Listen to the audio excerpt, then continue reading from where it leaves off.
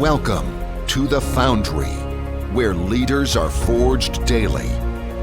And now your host, George Roberts. Welcome back, entrepreneurs. Today, I am proud to present Monika Jazyk, founder of RPI Education. Welcome to the show, Monika. Thanks for having me. I'm so excited to be here. Great. And I'm really excited to interview you today because I know you have a fabulous story to tell. So I'd like to let you just jump right into it. Tell us the story of who is Monika Jazyk. Well, that's a loaded question right there. We're getting right into this, aren't we? So who is Monika Jazyk? Monika Jazyk, I am a wife and a mother of four wonderful yet expensive children. I live in Toronto, Ontario. And my business that I run alongside my husband is called RPI Education, where we help everyday people invest like the top 2%. So basically, we help people build wealth primarily through investments in real estate. So Vaughn and I started out as real estate investors over 13 years ago, and we built our own personal fortune through many years of trials and tribulations. We had no one really helping us out. And we actually wrote a book about all the mistakes that we made in real estate called Real Estate Mistakes, Our Mistakes, Your Success. And from these mistakes, we have created a really amazing community and consulting company where we help people build wealth through real estate, get the results that they want to achieve so they can live and be able to afford their best life without having to go through those trials and tribulations that Vaughn and I went through when starting out as real estate investors. So beautiful story. I love that you have four children. I feel that's a true blessing and possibly the true wealth of life to have children like that.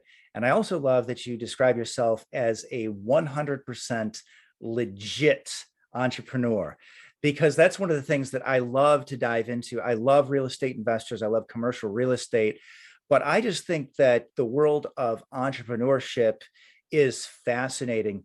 So I'd like to go a little deeper and tell us about entrepreneurship and what it means to you and how it's changed your life. Amazing. Well, entrepreneurship to me really means everything which I stand for, which is freedom. And I find so much freedom in entrepreneurship. And it's not just because I don't have to answer to a boss or I could set my own hours. It really is, I have the ability to create information and ideas and bring them into fruition and into life and to really make an impact on the world with these ideas. And there's no really any other job out there where you have the liberty that you do as an entrepreneur, which is really to take your ideas and bring them into action. So I think all entrepreneurs really have to come from a passion-driven business, because it's very rare that your entrepreneurial endeavors are not aligned with some sort of passion or social impact endeavor. Because we always say at the end of the day, if your purpose is just to make money, you're never really going to have the true benefits of having an impactful business and having the experience as an entrepreneur. Yeah, 100% true. And I talk to a lot of early stage and venture capital investors, and that's what they'll tell you when they bet on a horse, so to speak. When they find the entrepreneur that they want to back, they want to ask a lot of questions like, what problem are you trying to solve, and why do you want to solve this problem? And I just love it. That's got to be the number one reason to be an entrepreneur. As we all know, the idea of just having no boss, that's kind of a lie. You end up becoming very, very busy in a very different way. But that experience, right? The experience of life to be able to chart your own course. I love nautical analogies. I'm a pleasure sailor. And one of the things we were talking about in the pregame is your beautiful 1,000 islands. So just love the 1,000 islands of US and Canada. Just get to chart your own course and be free. Maybe that's why I like sailing and entrepreneurship. You just really get to experience life in a way that you don't usually. And one of the other things about you that I just love is that you're an author. So tell me about this book that you've written all about mistakes that you like to help other people avoid in real estate. So Vaughn and I wrote this book called Real Estate Mistakes, and it was written some time ago. It was actually written over 5 years ago, I think 5 or 6, maybe even 7 years ago. Life is so crazy as an entrepreneur. Time goes so fast. I can't believe summer is almost over. I lose track of time. But the premise of the book came up because it was actually a challenge, the reason why we wrote this book to begin with. And one of my business coaches was doing a book challenge of how you could write a book in 3 weeks. And if you write from that passion that we were talking about earlier and your true experiences, that we all have an author in us, and it's really important to get your thoughts and your ideas out in a book. So I asked, well, no one's busier than me. Why don't you, if I'm a full-time entrepreneur, a mother of 4, let me write this book. I'm going to do it in 3 weeks, but you have to give me 3 months to write this book. And he's like, okay, challenge on. And I'll document my whole process. So it turns out I did get it complete just in a little over a month. And so it certainly is not like an in-depth educational, of what to do. It actually is a total tell-all from the heart of Vaughn and my experiences as real estate investors from the very, very start, and a what not to do. And each chapter ends with hindsight is 2020, and it really summarizes what we could have done differently and what the reader should do. And our goal with the book, it is a real book. It's sold on Amazon. It's hundreds and hundreds of pages. It's not like a pamphlet or anything. But the actual goal of the book, we said, if it helps one person avoid the mistakes that we made while we were investing in real estate, then it's done its job.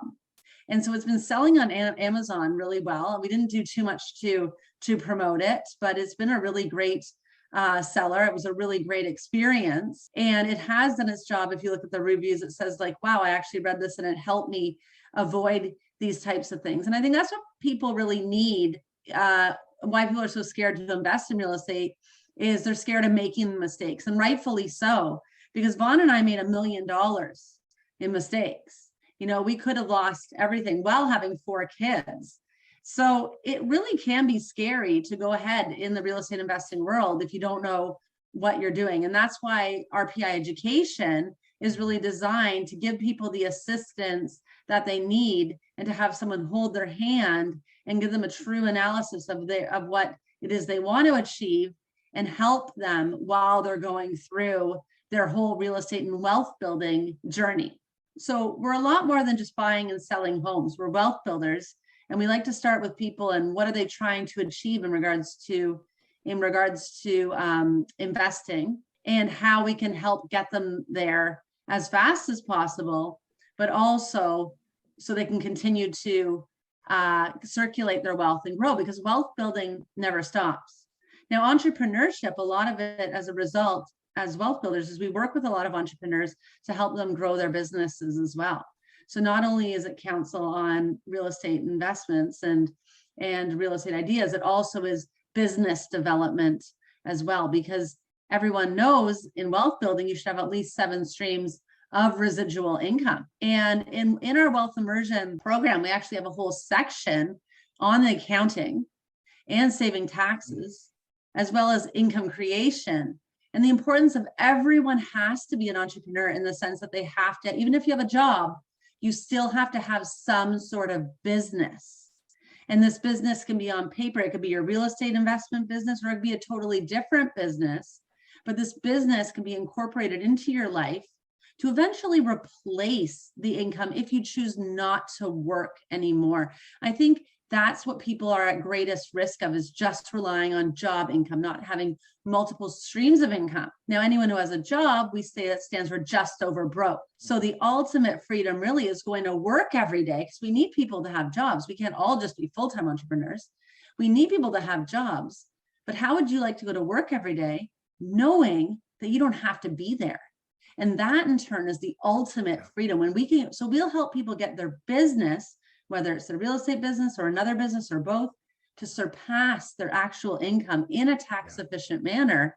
And boom, that's when you've really got that, the golden nugget right there. And I think that's truly what people want, is just control over their finances, control over their life, and the time, money, freedom in their life. And that's what we really stand for.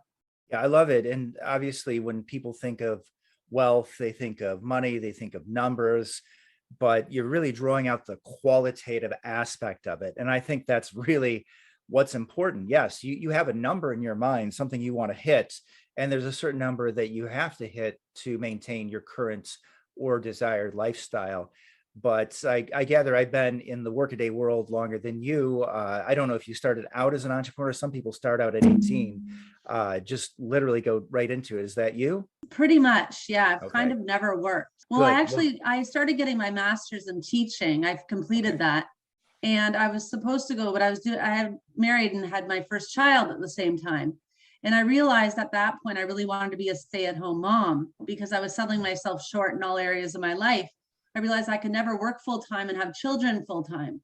And so at that point, when I decided I wanted to be a full-time mom, I worked part-time, of course, but you can't rely on a part-time income, really. It was more just to keep my foot in the door. That's when we really realized the huge wealth problem was it's really difficult to live on one salary this day and age, especially when you live in an expensive area. And that's how we got in investing in the first place, was we tried to recreate wealth doing things the traditional way. We realized it wasn't working. And that's how we taught ourselves to learn to invest in real estate so we could afford to live on one salary. yeah, well, I just love that. And I love the story of being a mom and an entrepreneur. I hear so many people telling the story of how, in a way, that actually freed them up. A lot of people think, yes, it's either, you focus on home or you focus on career. And I'll just give a quick, brief story of my own personal past so people can understand where I'm coming from. I went in the technical end. I became a scientist, a data scientist. And when I got to the point where I was focusing on investments and operating businesses on the side, wow, it was different to go to work. The worst thing, people say the worst thing about going to a 9-to-5 job is the fear of being told, we don't need your services anymore. But once I started to get that side hustle going, it was a totally different experience. I didn't fear that at all. And by the time I was ready to just go out on my own, again, it was totally different. I sort of weaned myself off of that biweekly paycheck. But congratulations to you for just jumping straight into it. Well, I was into it, and Vaughn was working full time, and he was behind the scenes too. So he'd work full time, and then he would come home and do real estate, and we'd have real estate events. And so he was really hustling. And then he actually has a book too called From Employee to Entrepreneur, and that outlines his 5-year journey of transitioning from a working person into entrepreneurship. And on his 40th birthday, our plan was for him to march into the office and quit. And on that day, that's when we both became full-time entrepreneurs. And I couldn't believe he did it because most people wouldn't do it. And so I'm like, what happened? And he's like, I did it. And I'm like, did you really? It was just shocking that he actually did it. I thought he'd chicken out or something would happen, but yeah, he actually did it. And at that point, we knew, okay, now we're full-time entrepreneurs. But we worked really hard to get to that point because we had 4 children to provide for. We weren't sitting on a huge massive cash. There's a lot of things that people have to do as entrepreneurs to prepare themselves for success and for the ups and downs, because in the world of entrepreneurship, it's very seasonal. It's not just always summer. You always have to be preparing for winter, as we saw with COVID-19. And so you really got to be continuously balancing your business and also living your business and running your business today, not 5 years from now. So I think a lot of people, what they do is when they grow their business, entrepreneurs, there's that saying that says, I'm going to work for the next 5 years like no one else will, so I can live the next rest of my life like no one else can. And that's not true, because 90% of businesses fail. And I think it's the first couple of years, but I don't agree with that. I think it's actually 90% of entrepreneurs fail. Your business doesn't fail. The entrepreneur behind the business fails, because it's your job as an entrepreneur to stay fresh with ideas, to be able to analyze goals and growth and be able to pivot and change and plan for all these possibilities. If you're working around the clock and living for the next 5 years and neglecting your entire world around you immediately, you might not even be here in 5 years after that to even live that. And then what are you going to do? So I think it's really important for people right from the start to figure out, why am I doing this in the first place? And how am I really going to design my business so I can actually live my life? Because The truth is, and here's the secret to entrepreneurs, is you could work for 24 hours a day straight and you're still going to have stuff to do. And the second I determined that, so I always had this little voice, like if I only had time to do this or only had time to do that. But then I learned that reality several years ago, that I could work around the clock and I still will not be done. So we're never done as entrepreneurs because we're continuously growing and seeking growth. So it's really important to fit your life around your business. Otherwise, your business will consume you and you won't even be there to appreciate exactly what you have achieved. So entrepreneurship is really much more of the journey and the day-to-day and what's happening, rather than this final destination that so many people put 5 years from now on. I love it. I love when people go against the orthodoxy, when people take the common advice and at least turn it on its head. So let's do a little bit more of that. So your book was about mistakes that you made. Could you maybe draw out one of those examples, a mistake that you made, something that possibly could have been avoided with foresight, and how that made you stronger? Well, the biggest mistake I made, because my goal was to be a full-time investor so I could be a stay-at-home mom, my biggest mistake I made was ignoring my family for 3 years. So I basically said no to a job to take on a business that I gave my 100% attention to, with little children crawling at my feet. And during this time, we were just doing way too much too soon. We were not focused. And I think entrepreneurs need to be focused and have a system and a solid focus of what they focus on, and remember what they're doing it for in the first place. So I was doing investments all across Canada and the US in any type of strategy, in any area. I was like a real estate investor on steroids. We did over 100 deals our first year of investments and kept at that pace for 3 years, doubling it. Wow. And it was insane what we were doing. And we thought we were it, because we were introduced to this whole new world of investing and entrepreneurship. So it could be a lot for people once you know this falls into your lap and you get going. You realize you are in the world of infinite possibilities. Entrepreneurs have no ceiling. There's no limits on what you can or cannot do. You could do anything you want. I could go here and start doing cartwheels here back and forth right now if you really wanted me to. And you can't stop me, and I can get you to watch me, you know, like we could really do anything. And that can be really encompassing, exciting, and overwhelming. And that was the biggest mistake I made, was losing the focus. And that's how I made $1 million in mistakes. Now I got a business coach, and he actually calls himself a focus coach.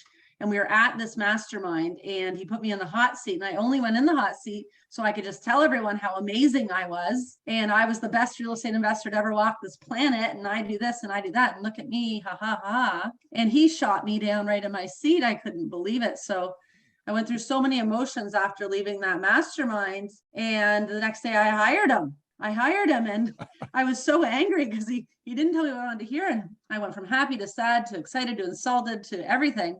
And then just hired him the next day. We worked together for 5 years. And it really was because of him, where he really helped us realign our business, strip all the clutter away, all the shiny penny syndrome away, and really focus on what we were doing this for in the first place, and really learning how to focus and center it around what we really truly wanted to achieve, which was the freedom in our life. So that was the biggest mistake I made.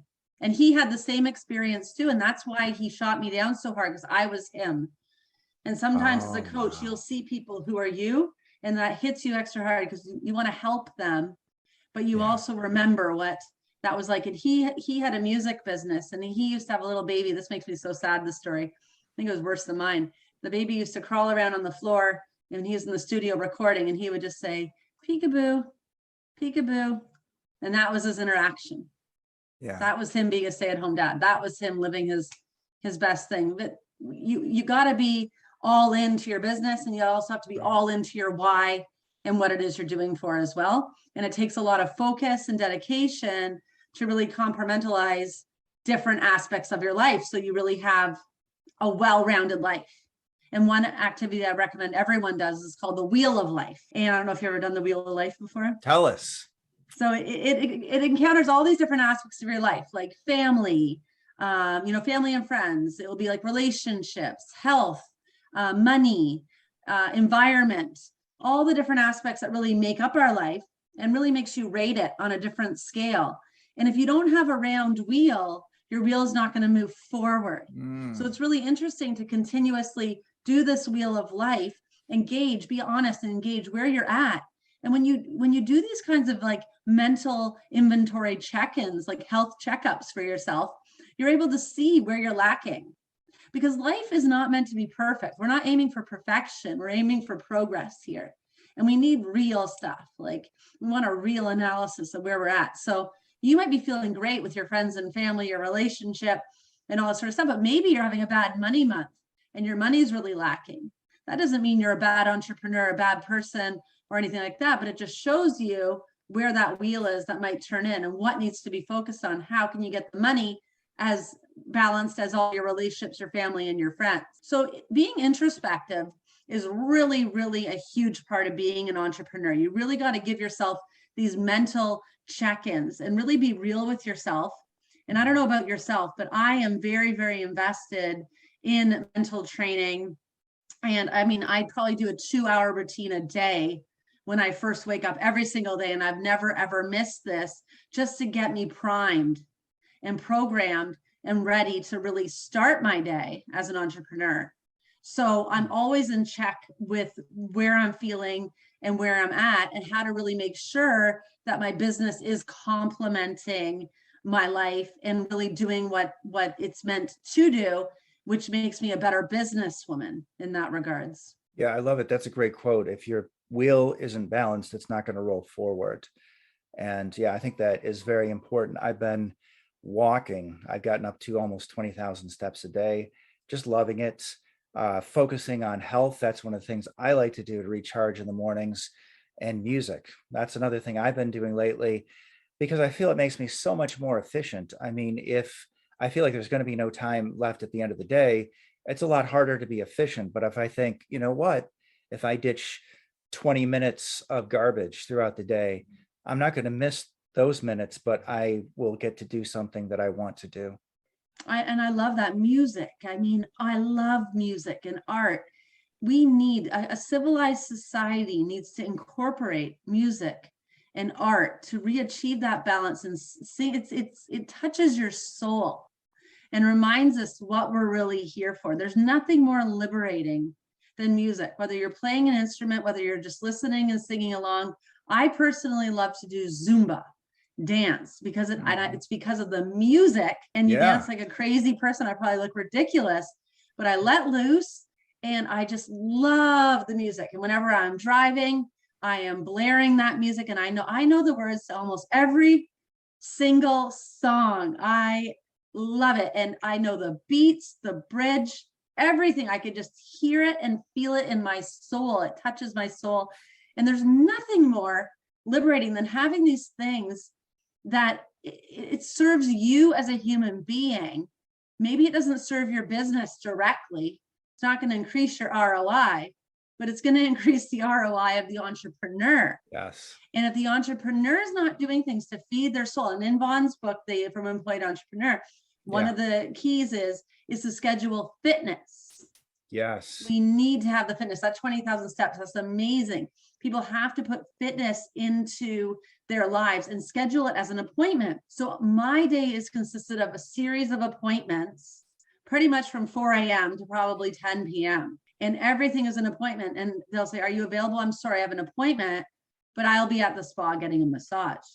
But they don't need to know that. Or I have an appointment, but I'm watching my kids in swimming class, or I'm cheering on at one of their basketball games. Yeah. Or I have a Zumba. So all these things, I treat everything, even if it's my recreation and leisure activities, I schedule all them as appointments, because as soon as we call it an appointment, entrepreneurs are giving it a sense of importance, because we always keep our appointments. Who wouldn't keep their appointments? So don't forget to schedule yourself as an appointment, and your hobbies and all these sort of things that strengthen you as an entrepreneur.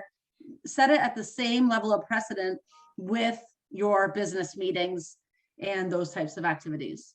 Yeah, I love it. Wow. 100%. I have to calendar my entire life. I've learned to take Fridays, not off, but I take them off the schedule. So I schedule a Friday meeting all day long, and then in the mornings to make sure that I work out. But yeah, brilliant advice. Now, I'd love to talk more about wealth building. We're going to have to come back to that because everybody now seems, or many people seem to think that the economy, the wheels are coming off, the economy is about to hit the fan. And a lot of that is the media. I understand that you have some insight into the economy you'd like to talk about, or maybe about the media, because it is really scary right now. The doom and gloom predictions are coming out left and right, and I'd like to know what are you doing in your business to prepare for what may be coming? That is amazing. Well, I like with the media. I've heard other people say before, so I'm not going to steal their quote. If it bleeds, it leads. And so the media is designed to really manipulate and steer the general population of where to think and to create actions. And this was really, really evident with the COVID-19. That was crazy how they would be putting information out there and exactly getting people to do exactly what they want to do. And most people are following this. And this is why most major stock market crashes happen as well, is because the media can plant this sort of fear, and then people respond, and most of their responses are based on fear. So right now, I am a strong advocate to believe that the biggest fortunes are now in times of recession, in times of market crashes. Like Warren Buffett says, be fearful when everyone's greedy, be greedy when everyone's fearful. So for the last 2 years in the real estate industry, it's been really difficult to find properties and investments because our market was driven up so high. So people were overpaying for things, and you can't pay on foolishness out of a fool. So you can't win these deals. We won some deals, but I never would overpay for the property. And if you overpay for properties, you're basically just engaging in this game that people want you to play, and you're not going to win. So what we were doing instead for the past 2 years, when properties were all too high, because they were telling me what my house was worth, and I'm like, my house is not worth that. But if you want to tell me that my house is worth that, give me a loan for it. So I got one. And so what we were all doing was taking all our properties, we were selling a lot. We're like, you think this is worth this? Have it. Here you go. We were selling properties that increased almost $300,000 after owning for 1 year. Yeah. I'm like, if you see that sort of growth as an investor and you're hanging on to that, you're crazy. Because we knew that we're at the high point of the market. Whatever goes up must come down. So we were selling a lot of our properties, taking that cash. We were getting out HELOCs, which is the home equity line of credit, or remortgaging at very, very low interest rates, new mortgages. So now we have all this cash waiting for the crash. So when everyone else was buying, we were waiting, we were leveraging, we were selling, and we were adding on existing properties too. So if people had a property already in a high growth area, we might add on a basement suite or a garden suite or both, doing small conversion projects for people there. So now they can compact their investments and stay in these high growth areas by taking advantage of using the money that the so-called market or media, whoever is saying that your house is worth this, when it's really not. Because in real estate, unless you access the equity of your property or you sell, your property is worth nothing. That money in your property has no value until you actually do something with it.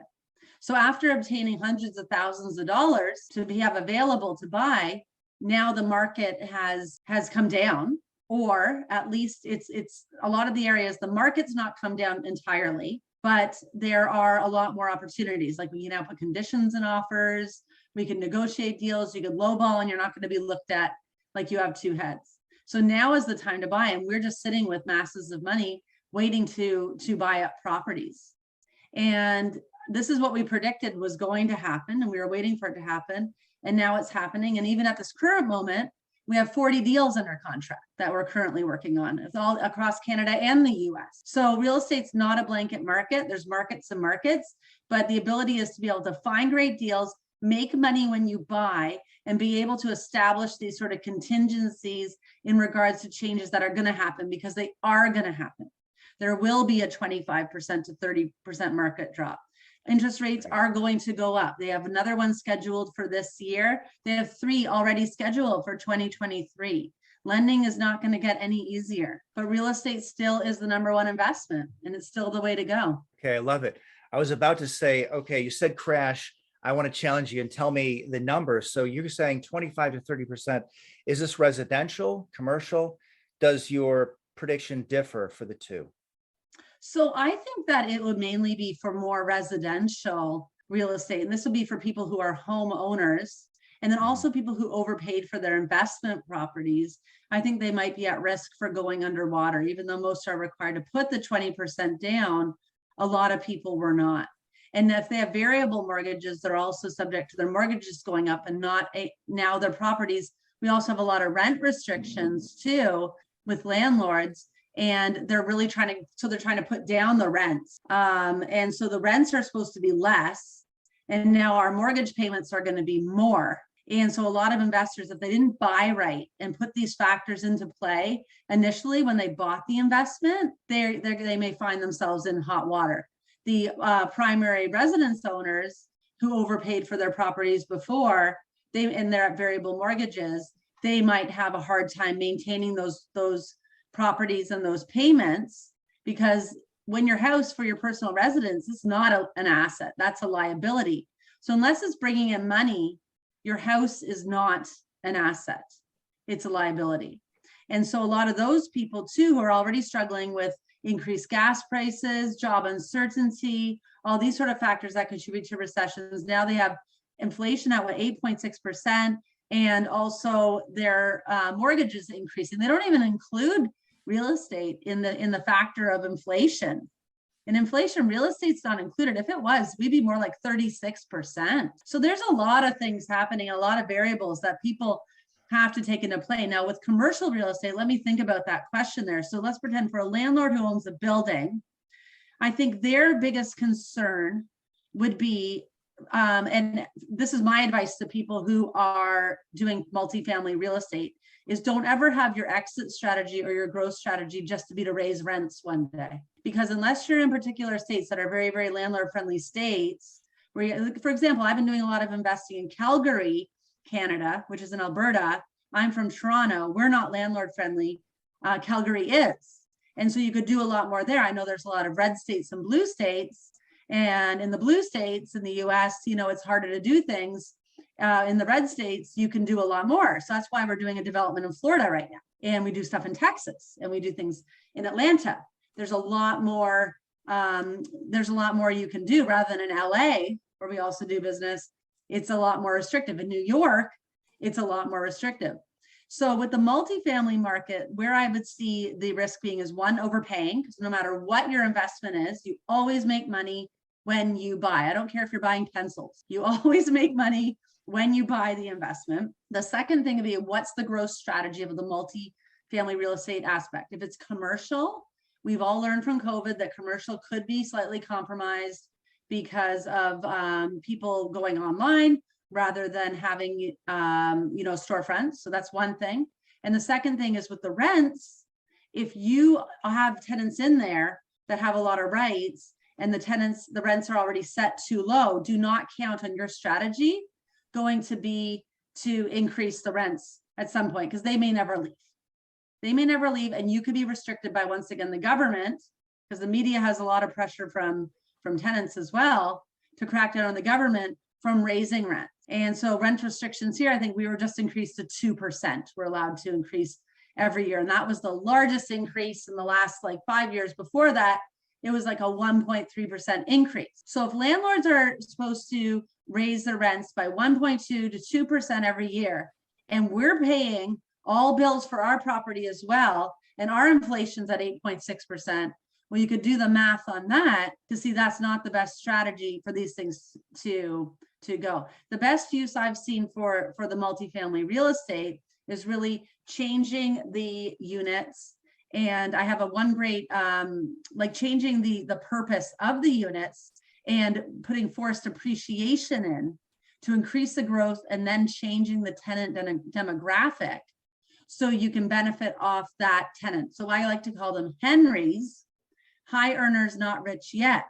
And those are my favorite tenants for our multifamilies, because those are great people who are saving for a down payment. They might come in, you have to create great living spaces for them. They'll live there for maybe a year and a half, and then they're off for greener pastures. And then you could set your rents and reset those at that that market rate that's happening at that time. So you want to be in a tenants friendly state. Otherwise, even no matter what happens with the market, you're always going to be pretty much at a loss. And you always want to know who you're creating housing for, because we obviously want to be creating great housing for tenants. That's our number one goal as landlords, for sure. It's not just about making money. So I think the misconception is a lot of people think landlords are evil people and we're all multimillionaires who sit on our piles of money and laugh and make people live in mold infested and bad conditions and try to kick people out of their properties. Whereas in reality, it has to be a win-win situation that's created where both parties are protected. And it comes to a simple business exchange, which all entrepreneurship is, which is a landlord will provide clean and safe housing to someone who will pay market value to live there. And once our municipalities and government catch wind on that, then we can create win-win situations and actually end homelessness. But if the governments keep having one foot, their head in the clouds and one foot on each side of the border, we're never going to get any closer to solving. They have to work with us as landlords and developers so we can create these housing win solutions to solve these social problems. They can't keep treating real estate investors like capitalists who are only in it for themselves and giving all the rules and rights to the people who are in the tenant category, because it's actually hurting tenants, not helping them. And I think 99.9% of real estate investors, multifamily specialists, and developers want to create great housing for tenants, but they need to be supported by our government so we can actually do that. Yeah, really deep stuff. I mean, we are clearly in a housing crisis right now. And the idea of being harder on the landlords, it may be very politically palatable. But again, if you don't have new development and if you don't have redevelopment of existing units, then our housing stock is going to go into decline. And definitely some partnerships required, a lot of things that could be done, get rid of some of this NIMBYism, et cetera. But also you mentioned the CPI. Wow, I think everybody knows that inflation should be higher than it currently is being reported. And I know in the US, the owner's equivalent rent, I think, is probably got to be the biggest single thing that's wrong. We're not truly counting housing inflation in inflation. So without a doubt, we're experiencing much worse than we have. And all these renters could be homeowners if they had the right education. And that's what we're trying to provide at RPI, is showing people how to invest the real way, because the traditional way is not working anymore. If they knew how to become homeowners, they knew about how mortgages work. We don't teach this to people in schools, colleges, universities, to adults. None of this is taught to them. So people think they have to rent because they have no idea how to buy a house. A lot of people think you have to spend $200,000 on a house. Not everyone knows what a mortgage is, and present company included, I'd like to add. I remember when Vaughn and I bought our very first property, they had to, okay, so now you're going to see a mortgage broker. Oh, really? And now this man is going to come to your house and it's a home inspector. Oh, wow, for real. That's how people are. I think when you're in the industry, you assume everyone knows this, but a lot of people feel like real estate is above them. It is reserved for the wealthy, and it's not. You don't have to be a full-time real estate investor, but you have to have real estate in your portfolio. Otherwise, you are going to go down to the bottom. And this is where the problem is the wealth gap that exists in today's society is the depletion of the middle class. And that's the working people who go to work, trade time for money. But if once they stop working, they don't have any money. And the money they are growing is in low growth products that is whittled away by the cost of living and inflation. So now they have to go and they have to charge it more. And they're in this rat race where they're continuously trading time for money. Yeah. If the everyday person knew how to invest like the top 2%, then they know how to get their money working for them rather than them working for their money. And entrepreneurship is a huge thing. It's like almost like we all have to have some sort of entrepreneurship. And you know what? Remember you talked about the music earlier, and you love that. Everyone has something that they love and that's meaningful for them.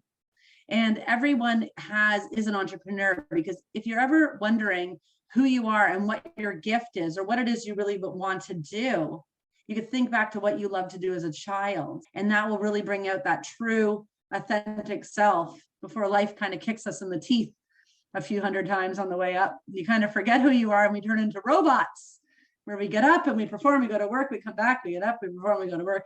Who are you? A lot of people have to ask themselves. And it really is those sort of things, like music, like art, like that, whatever fuels your fire.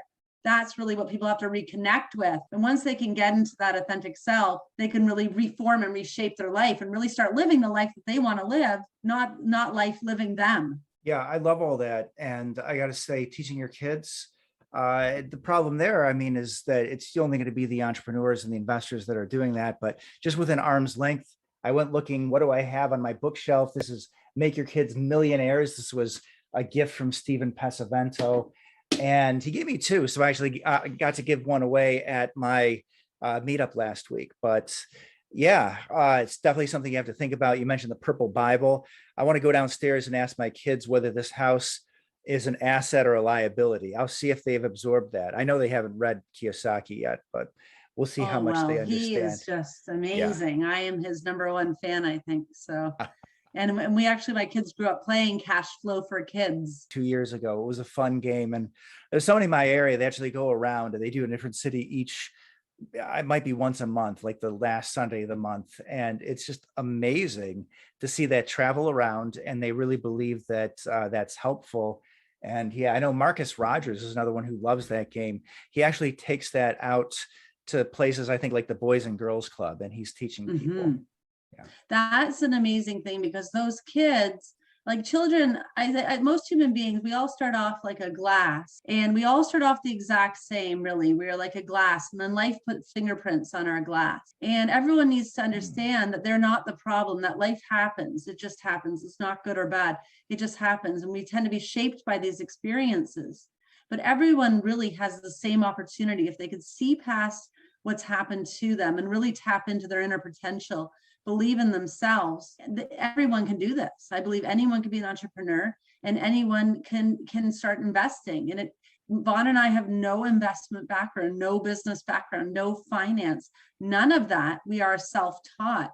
But if you don't believe in yourself and you keep living in your old self, people will never be able to push forward. So teaching at the Boys and Girls Club, and that's why I spend most of my time teaching kids and doing a lot of these talks like this, to really spread the word, to really tell people that you are amazing and you could do anything. The only thing that's impossible is the word impossible, because the word impossible broken up says I'm possible. So everyone can do this. I'm not special and you're less special. That's what people think, that, like, once again, real estate's reserved for the wealthy, entrepreneurship's reserved for the brave. We all can go back. If we can move past the glass, the fingerprints on our glasses, and just start from that present moment, you can build something amazing and really start building your best life today. And I really believe everyone can do that. And I feel that that's my call in life, is to tell everyone that they have potential to do anything they want, and whatever they're experiencing right now in this very second, that they have the power to change that. They can make more money. If you're having a money problem, learn to make more money. If you're having a relationship problem, learn to create new relationships. If you're having a weight problem, learn how to create a new weight for yourself. Anyone could do this. It's just the pain has to be great enough for to tap in and them to make that initial change. When I was finishing that master's degree, I couldn't miss any school because I would have forfeited a 2-year degree. My child caught an infection in daycare and had to stay in a hospital, and I could not stay with him. I couldn't stay with him. My husband had to stay with him and get permission from the other woman in the ward that a man could stay there. That was one of the lowest moments as a new mother that you could face. And at that point, I thought, I really realized how important freedom is to me. And that's really, truly what I stand for. So it's only at moments like that, pivotal moments in your life, that you could truly grow from. If things are too easy, the pain's not there, you're less likely to make that change. All right. Well, this has just been amazing. And I think we're going to have to wrap it up. So I have a couple quick questions for you. I'd like to ask you, since you are a Canadian investor and you do have an international business, you invest in Canada, you invest in the US. What are some of the rules about investing in the US as a Canadian? Oh, well, there's a lot of different rules for investing in the US as a Canadian. And one of the main rules that we focus on RPI would be corporate structures, as well as tax implications, and understanding what US market you're currently investing in. So there's some markets, it's very easy for people to move forward and invest in real estate, whether you're in Canada, the US, or a Canadian investing in the US. And all of a sudden, if you don't understand how tax structures and corporate structures work, you lose all your profits in taxes. And that's really, really frustrating for an investor, because you go forward, you work past that fear that we're talking about, you make the move, and then you come and you realize you didn't make any money. And that's very discouraging for people. So it all comes down to teams. So we have several accountants and lawyers affiliated with RPI Education. We have cross-border accountants that help Canadians invest in the US. And then we also have a lot of US tax accountants and lawyers as well, to show people how they structure themselves properly in regards to wealth building. So I think that's the number one thing you have to figure out while investing in the US, for Canadians at least. Very, very exciting. And yes, I've heard of that double taxation. I'm a CPA or a tax lawyer, attorney, or any such individual. I'm not here to give advice, but that is kind of heartbreaking. And it makes me sad when governments put up all those barriers. I'd really love to see people have more opportunities, not less. Absolutely. So again, I think we're going to have to move into the lightning round. Are you ready, Monika? Oh, I'm so ready.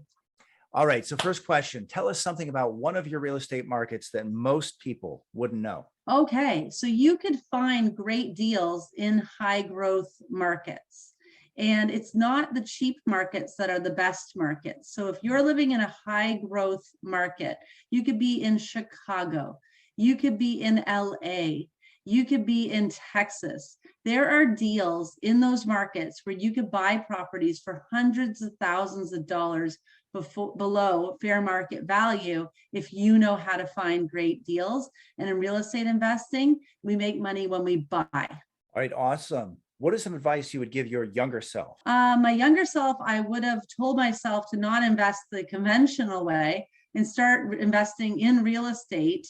When I was 24 years old and Vaughn and I first met, and actually put money down on a house, this is in our book, in Australia, because Vaughn is Australian.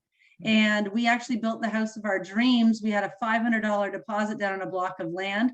Miraculously, we got pre-approved for this mortgage. I don't even know how we did that. I wasn't even a citizen of Australia at that time. I guess it was through Vaughn. And we were ready to buy this beautiful house, 4 bedrooms, elevated earthworks. It had media room, everything. And it was backing onto a golf course community. And we had this for a whopping $220,000 price point. And we were ready to go, and came home to Canada and told my parents all about it. And they told me we're crazy, we shouldn't do it. And we're going to lose our things. So we went back to Australia. We got our $500 back. And then we were so relieved to get the $500 back. 3 years later, I'm bouncing a baby on my knee. We're married. I decided I'm going to look up this estate area in Australia. This is when Google was just kind of coming out. And I looked at the homes in the area, and they were worth $1.7 million. Yeah, I feel like we could do an entire podcast just about the Australian real estate market. I don't know where it's headed next, but it's totally off the charts right now. So it is. And we actually have a team in Australia and in the UK. Okay, awesome. So you are capturing some of that upside. Absolutely. Yeah. But I would go back and tell my younger self, buy that house. Just buy it. We would have been multimillionaires by 24. Yikes. All right. What is the best real estate advice you've ever received? Make money when you buy. Love it. And what is the worst real estate advice you've ever received? Wait to buy real estate. Okay. I love it. The old Will Rogers couplet. Okay. Here we go. Now is the time in the show where we make a nod to the randomness of the universe. So just let me know when you want me to stop. Almost lost my cards there. Okay, I'll stop cutting the deck. Let me know when to stop. Okay, stop. All right. Top card. How would you like to spend your elder years? Oh my gosh, what a great question. Well, first of all, I don't pay attention to age because the Prosperity Bible says we're all 11 months old, meaning our body renews ourselves down to the last cell every 11 months. So age is a state of mind. So I never plan on growing old. But when the actual calendar tells me we're older, and let's say we're not doing this anymore, which I can't imagine doing, I would really love to spend even more time traveling. But my main goal, because we have 4 kids, is to buy a really, really big property in a central area that's sort of cottage and skiing, and being able to, I'm hoping our kid at least has 2 to 4 kids. So we want a really big family, and we want to be able to host our family and steal our grandkids and spend a lot of those years with our grandkids and on this huge property, skiing, swimming, connected with nature, and doing those sort of family things. So it really started with family, this whole journey, and it's going to end with family. So everything we do has the end in mind of having this huge family and creating a big family unit. So our adult children have the support that they need and really great relationships amongst their siblings, as well as all of their kids. I love it. Spending more time with nature, a noble and worthy goal. I think the people who are spending time in nature, they're not the ones that are causing the trouble in the world. So definitely out there, try and spend some more time with nature. You'll have a lot more satisfaction with your life. All right. Now let's name one book that has helped to forge you as a leader and as an entrepreneur, and why. The Prosperity Bible is my book, and it is like 2,000-page book, size of a phone book. It has the works of, I think, 30 great works of literature, like Think and Grow Rich, all sorts of different stories in the book. And part of my daily reading and my mindset and priming, I read it every single day, pages of that book. And I've read the book. I'm probably on my 3rd round. I'm reading it a 3rd go now. And you should see this book. It's destroyed. The cover's torn off. It's torn in half. There's writing, pencil, everything through it. And I will not get a new one. And I take it with me everywhere I go. So we do a lot of traveling as a family. In the summer, we're away more often than we're not. And this is the one thing that always goes wherever. I have the real Bible by my bed, but I have the Prosperity Bible down in our living room. And that's what travels with me everywhere I go. And that book, every time I read the book, I get a different message or a different point of encouragement. You can read one line of that book and it really changes everything. And every entrepreneur needs to read the Prosperity Bible because it really is the teachings of the mind. And like we said earlier, having a strong mindset is paramount as an entrepreneur, because it's not the 90% of businesses that fail, it's the entrepreneurs that fail. I love it. That's got to be the second quote that we pick out of this series. I think we're going to get at least a half dozen, but beautiful. Now, one final question for you. Give us a quote to help forge our listeners as leaders and entrepreneurs. Just a quote. Let me think here. So what is the question again? To forge leaders and entrepreneurs? To help forge our listeners as leaders and entrepreneurs. All right. My life didn't please me, so I created my life. Coco Chanel. I love it. Well, I want to say this is one of my favorite interviews. We talked about everything from religion, the media, investing, prosperity, and probably a half a dozen other things. Thank you so much for taking the time to come and share your experience and knowledge with our audience, Monika. And thank you so much for having me and taking the time to create these great podcasts. I think you're the true leader. And thanks for everyone for listening. If it wasn't for people like you, you wouldn't be able to really help. Think of all the thousands of people that you're helping inspire out there. So thank you for providing this channel. Okay, great. And just as our send out, let us know where we can reach you. www.rpieducation.com. Thank you so much, Monika. Thank you.